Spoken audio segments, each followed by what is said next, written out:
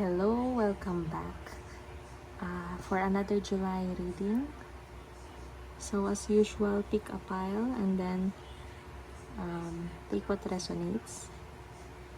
Maaring yung mensahe para sa iyo, maaring para sa iba. So pick kayo from pile 1, pile 2, or pile 3.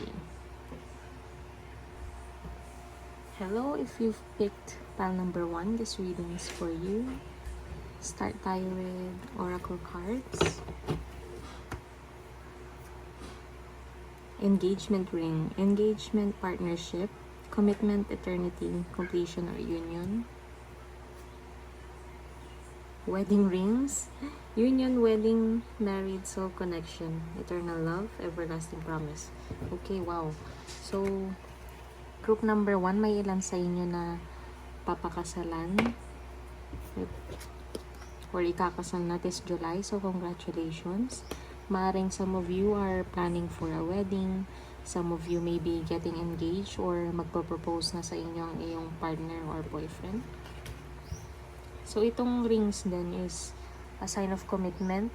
For those in the working class, maaring makakuha na kayo ng work proposal or makakuha kayo ng contract that will secure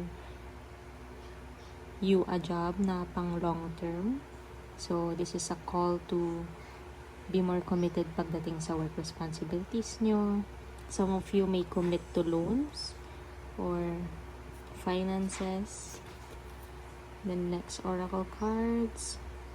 Gibbous Moon, you're very close to achieving your goal.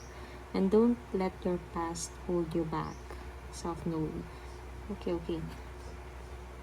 So, marami sa inyo have been committed already sa trabaho or sa isang project, mga business project, creative projects, or other endeavors.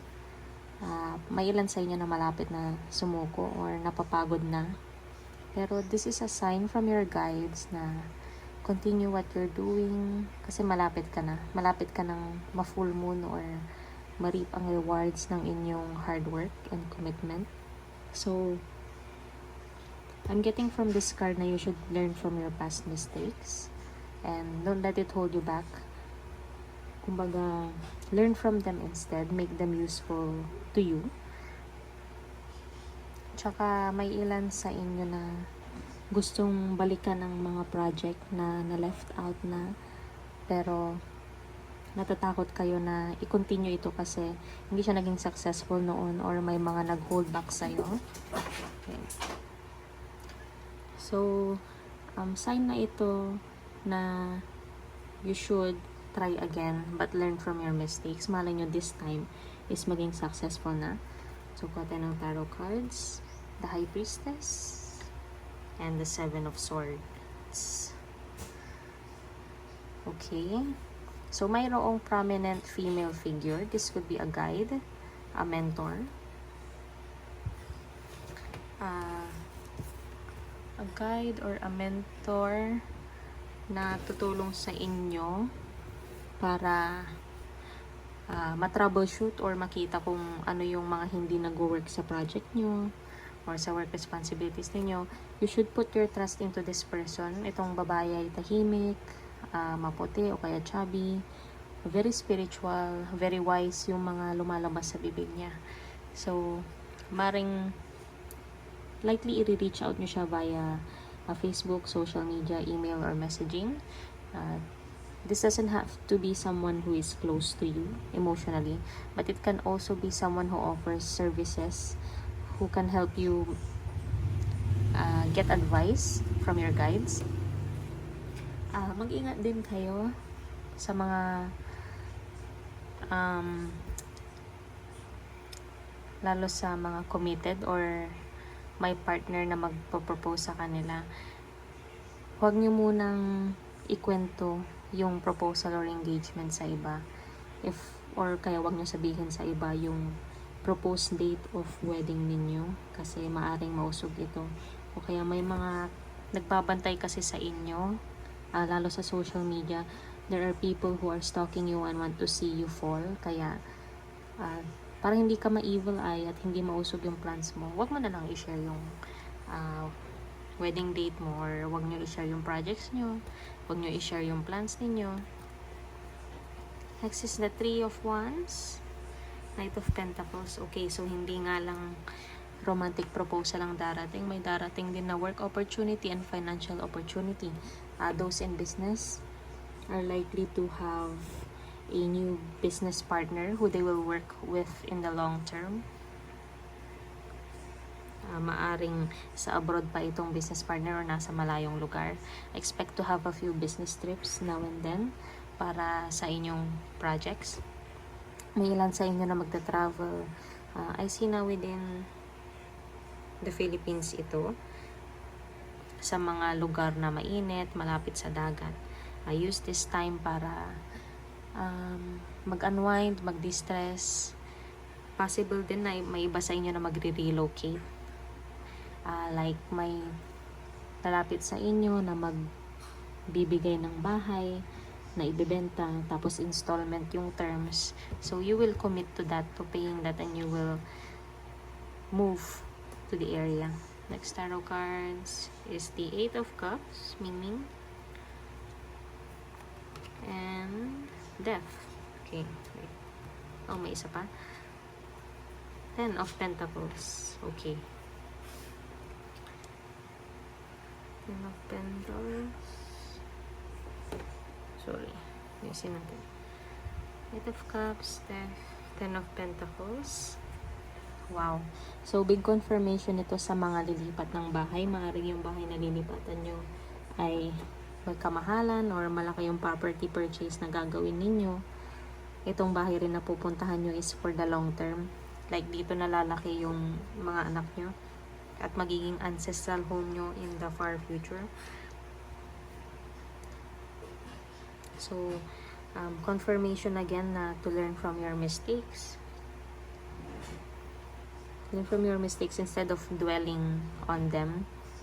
Kailangan nyo rin magbago ng mga ugali ninyo na nag-cause ng downfall or failure ng previous project and plans nyo. Like for example, nag-start na kayo ng project noon, pero masyado kayong tinatamad nun or inconsistent kayo sa pagpo-post sa social media. Parang ako, o kaya inconsistent kayo sa follow up sa mga kliyente nyo. So this time it has to be better. It has to be out of your comfort zone. Like kung hindi kayo talaga masipag na tao, this is the time to build up on being a hardworking individual. Okay, wag nang magdwell sa past. This is the past din kasi it's time to get rid of what has not served you. Look forward, and if possible, you need to readjust your plans para much better na ngayon. I see na may naririnig ako na mga single mom or single parent. I think this is the time na magkakaroon na kayo ng official romantic commitment with someone na magli-lead to marriage. So, congratulations sa mga gagawa ng project. Congratulations din. Keep forward, maging consistent sa efforts ninyo kasi maaring mag-yield dito ng malalaking rewards. So, big money. It can secure your finances in the future. So, that's it, group number 1. I hope na it resonates with you. Like and subscribe sa channel na ito. And only take what resonates. Comment down below to receive your blessings. Bye. Hello, group number 2. This is your reading for July 2025. Again, take what resonates. I would appreciate if you would like and subscribe sa channel para mas maka-reach tayo ng bigger audience and makabigay ng guidance sa kanila. So, not today. Not dealing, hurt, avoid the conversation, call person, boundaries, still angry. Photograph, looking at your photos, missing you, nostalgia, make new memories. Okay, wow. So, this is a very emotional time for you, group 2. Kasi, there are some of you who has had a painful past with someone. This could be a friend, na nagbetray sa inyo. This could be a lover or an ex-lover who has hurt you. So, I see that you miss them and you miss the connection, and this person misses you too. But, they want to reach out, pero kayo yung may ayaw eh. So, mainam na mag-heal ka muna ngayon, mag-focus sa sarili, kasi kailangan mo muna ng clarity sa situation mo, sort out your feelings, kasi if you answer this person and entertain them while you are still emotional, it could lead to more problems, or maring mas masaktan nyo rin sila, or makasabi kayo ng below the belt.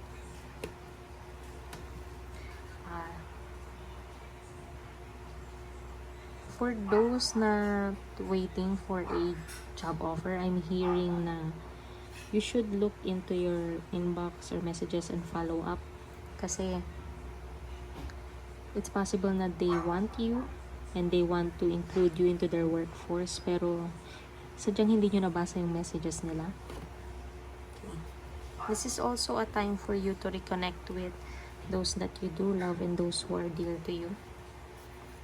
Check up on them, kasi maaring sila naman yung may emotional problems ngayon at kailangan nila ng support. This is baliktad. A time for healing. Wow, lots of healing energy. Have faith in your dreams. Waxing crescent moon. Okay.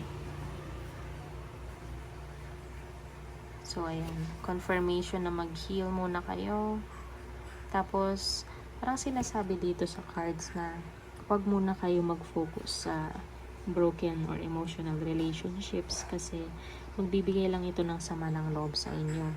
Instead, you should focus and redirect your energy to become more productive when it comes to work, business, or creative projects. Kasi parang may fire sa inyo. Like, di ba may iba sa atin na kapag galit, mas energetic tayo or mas nagpo-pour ng energy sa ibang responsibilities. This is your opportunity to do so. It's for the tarot. 10 of Wands. Page of Wands. Wow. Okay. This also indicates angry energy. Okay. So, try to chill muna or try to heal through work responsibilities, through other responsibilities. Magpakabisi muna kayo sa bahay or chores. For those group 2 na nasa creative industry, mga graphic designers, video editors,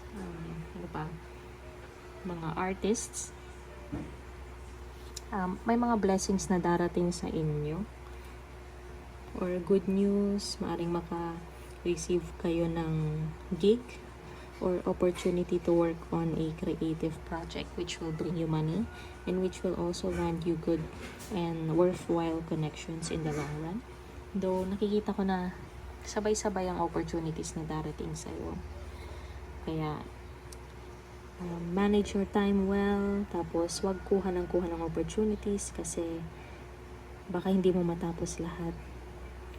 Kailangan mo mag-stretch, group 2, stretch and walk, kasi bugbog yung katawan nyo ngayon. Nakikita ko may mga hardworking individuals dito na hindi na nakakapagpahinga.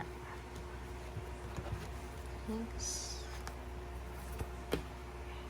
Strength and the moon. This is a purging of emotions. You have to find strength in your vulnerability. Use it as a fuel to power up your creative juices. Okay. May iba sa inyo na called to meditate.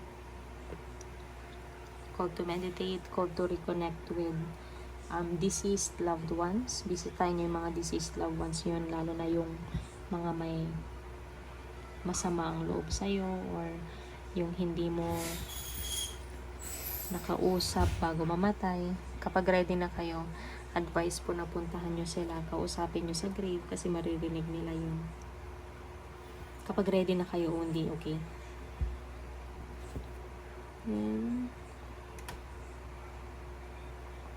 I'm seeing for those na single, may darating na potential suitor na moreno.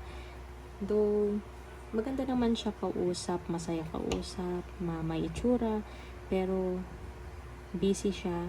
Like, hindi mo makukuha yung attention ng taong ito ng buo kasi kung saan-saan siya lagi or kalatang energy kasi ng taong ito.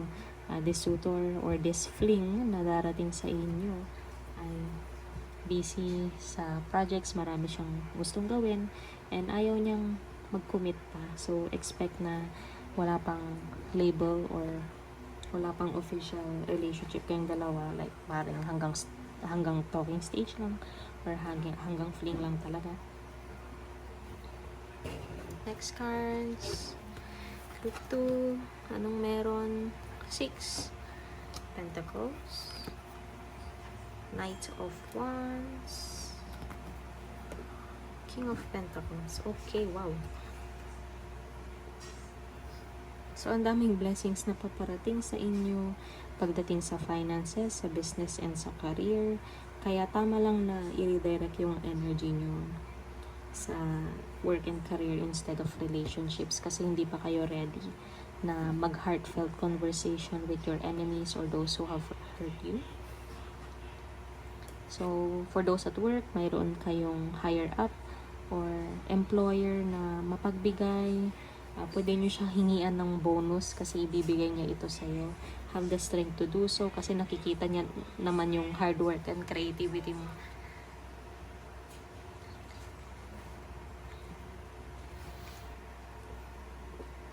For some employees, maaring ibigyan nyo ng food ang person na ito kasi matakaw siya, or bigyan yung food as thanks or appreciation kapag napansin nyo na nandyan siyang tulungan ka, or kapag tinulungan ka niya sa journey mo to a promotion.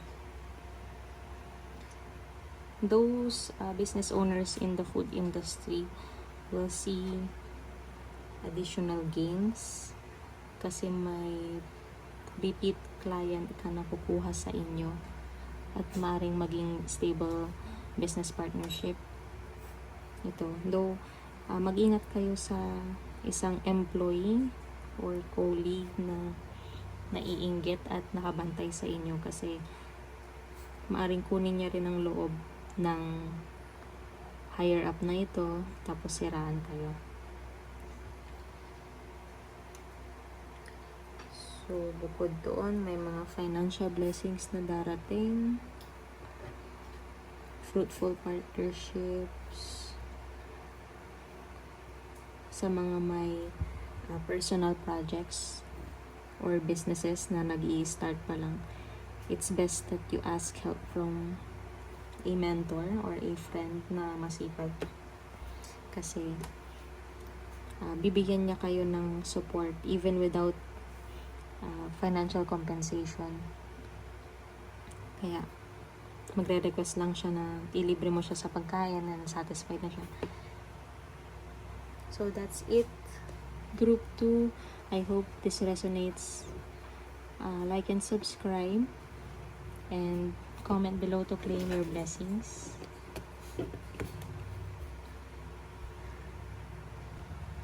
Hello, group number 3. Kung pile number 3 ang pinili nyo, this message is for you. Again, take what resonates. Some messages or maybe for you, some maybe for others. Sunglasses, watching, looking, stalking, gaslighting, perception, focusing out, Cupid's arrow. Have faith, love is coming, surprise invitation, or meeting, hesitation. Mukhang may mga stalker kayo. Romantic stalkers or someone has been interested in you for a while pero nag-hesitate siya na i-message kayo or nag-hesitate siyang i-approach kayo. Next is balance, spirituality, and practicality. Full moon in Pisces, Work through your fears. Moon and Scorpio. Okay.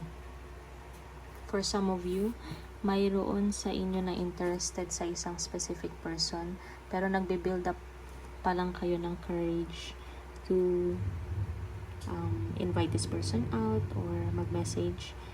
So, sinasabi dito ng cards na you should have the courage and take action to message this person. Pero, wag naman yung lagi. Like, wag din yung masyadong frequent, wag yung masyadong pushy. So, pwede i-message nyo siya, gentle hi or hello muna, get to know this person first. Wag muna kayo mag-confess if that's your plan. Try to build a relationship muna. Kasi, syempre kapag binigla nyo siya ng confession, magugulat yan or maaring opposite effect ang mangyari, lalayo siya sa'yo. King of Pentacles, Eight of Wands. Some of you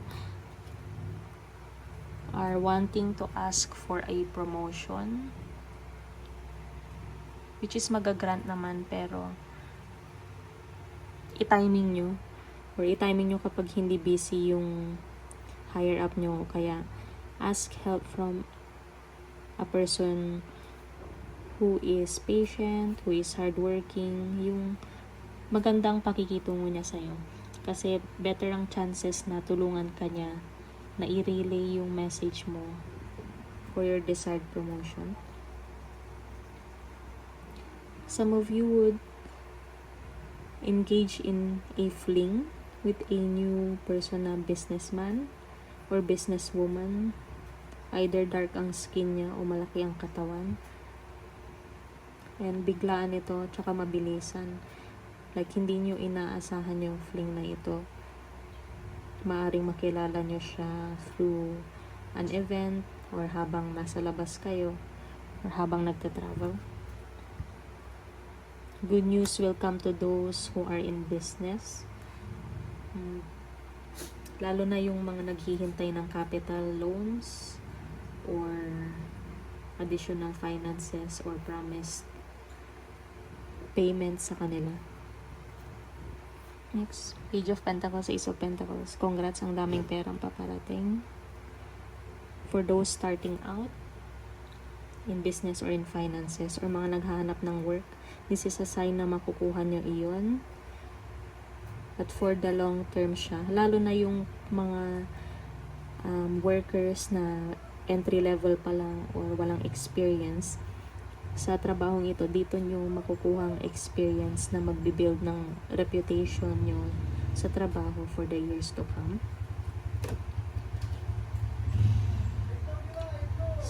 Itlog. Studies. Itlog. So, parang itlog na you're starting out kasi. You're starting out. Itlog, bilog, zero, the number 0. This is a new beginning for you. This is your chance to take the opportunity to build your career. Students may receive financial help from relatives or a loved one. Maaring makakuha rin kayo ng scholarship grant. Lalo sa mga young students. Last cards, Queen of Swords, Knight of Swords, the Hierophant, Queen of Swords, Knight of Swords, Hierophant. Okay. So there is Taurus energy and there is Gemini energy. So, again, slow down a bit when it comes to elevating your career. Kasi makakamit nyo naman yung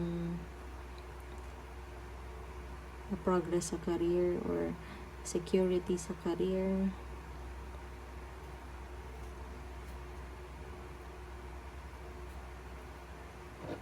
Knight of Swords. Maaring may other opportunity rin na darating sa inyo. You will have to choose from another work opportunity versus your current company. But piliin nyo kung saan kayo mas comfortable. At saka huwag kayo magmadali. Hindi porket maganda ang benefits ng other company na ito is dapat kunin nyo na. You have to assess then if maganda ba yung work culture, kung stable ba yung company. Baka startup lang siya, may chance na malugi.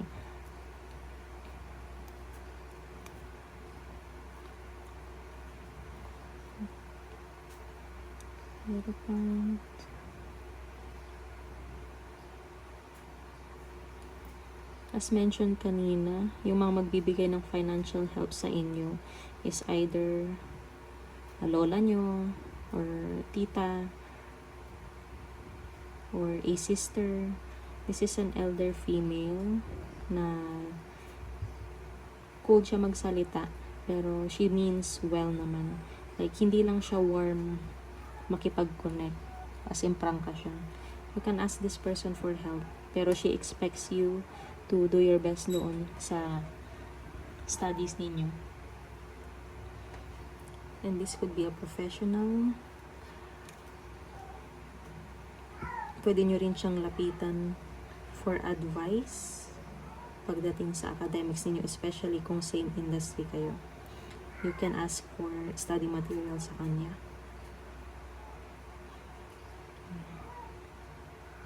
Group 2, some of you, Group 3, some of you are hasty. Gustong tuloy-tuloy ang progress nyo, gusto nyo magmadali, or nagiging anxious kayo with the stagnant energy right now. Pero it's best that you hesitate muna, or mag-focus muna kayo. Huwag muna kayo agad mag-jump into new opportunities. That's it, Group 3. Take what resonates, and I hope na these messages are helpful to you.